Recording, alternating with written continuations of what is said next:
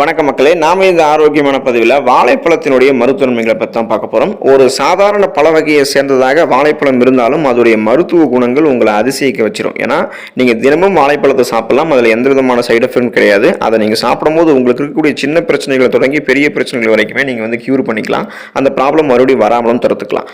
வாழைப்பழத்தில் இருக்கக்கூடிய vitamin B6 ஆனது ட்ரிப்டோஃபேனாக மாற்றப்படுகிறது. இந்த ட்ரிப்டோஃபேன் செரட்டோனாக மாற்றமடையும். இது நமக்கு அமைதியான ஒரு குணத்தை தோற்றுவிக்கும். செரிமான சார்ந்த பலவிதமான பிரச்சனைகள்லாம் வாழைப்பழம் நமக்கு கியூர் பண்ணும். இந்த ட்ரிப்டோஃபேன் அப்புறம் நியாசினாக மாற்றமடையும். ஸோ இதனால நமக்கு பலவிதமான நன்மைகள் கிடைக்கும்.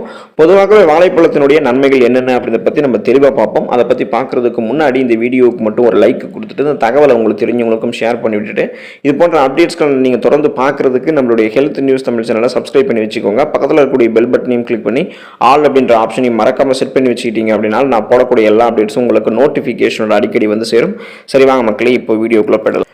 உங்களுடைய உடலில் இருக்கக்கூடிய ஹார்மோன் குறைபாடுகளை வாழைப்பழம் தான் நிவர்த்தி செய்யுது. வாழைப்பழத்தில் பொட்டாசியம் அதிக அளவில் இருக்கிறதால மூளையினுடைய திறனை நீங்கள் அதிகரிச்சுக்கலாம். ஸோ எதையும் நீங்கள் எளிதில் கற்றுக்கொள்ளக்கூடிய திறன், கூர்மையான புத்தி போன்றவற்றை பெற்று ஒரு ஃபாஸ்ட் லேர்னராக செயல்படுவதற்கு, ஞாபகம் எல்லாம் மறந்து போகாமல் ஆரோக்கியமான முறையில் உங்களுடைய ஞாபகம் இருக்கிறதுக்கு நீங்கள் வாழைப்பழத்தை எடுத்துக்கலாம். மூளையினுடைய ஆரோக்கியம் நீங்கள் வாழைப்பழம் எடுத்துக்கொள்ளும் போது மேம்படும்.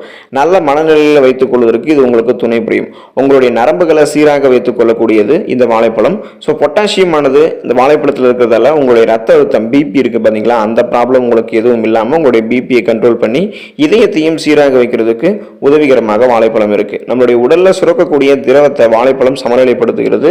உடலில் இருக்கக்கூடிய செல்களை வந்து தூய்மை அடைகிறதுக்கும் நல்ல ஊட்டச்சத்துறை வைக்கிறதுக்கும் உதவிகரமாக இருக்கும். ஸோ செல்ஸ் எல்லாம் உங்களுக்கு ஒரு ரொம்ப ஊட்டச்சத்தாக வச்சுருக்கணும், ரொம்ப நீங்கள் புத்துணர்ச்சியாக செயல்படணும் அப்படின்னா வாழைப்பழத்தை எடுத்துக்கலாம். வாழைப்பழத்தில் காணப்படக்கூடிய ஃபைபர், அந்த நார் சத்துக்கள் குடலை சீராக வைக்கிறது.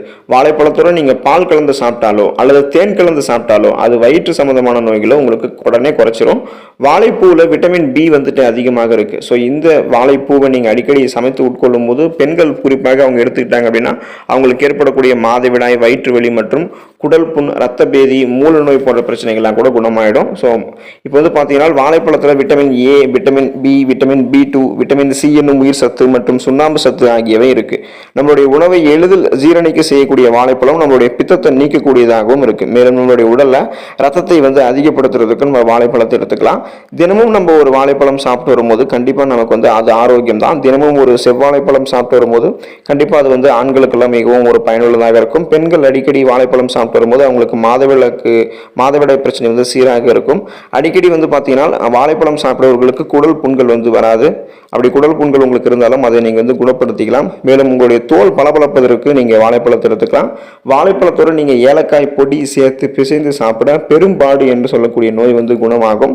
வாழைப்பழத்தோடு நீங்கள் சீரகம் சேர்த்து சாப்பிட்டு வரும்போது ரத்த மூலம் உங்களுக்கு குணமாகும்.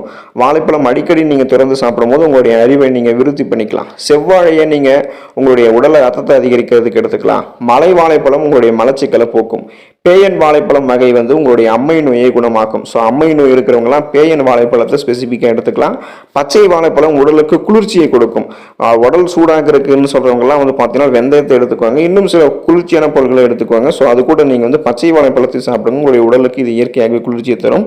நேந்திரம் பழம் உங்களுடைய சருமத்தை வந்து பார்த்தீங்கன்னா பளபளப்பாக்கும். மொந்தன் வாழைப்பழம் உங்களுடைய உடல் வறட்சியை போக்கும். நாட்டு வாழைப்பழம் குடல் புண்ணை ஆற்றும். ஸோ இந்த மாதிரி டைப்பாக நிறைய வாழைப்பழங்கள் இருக்கு.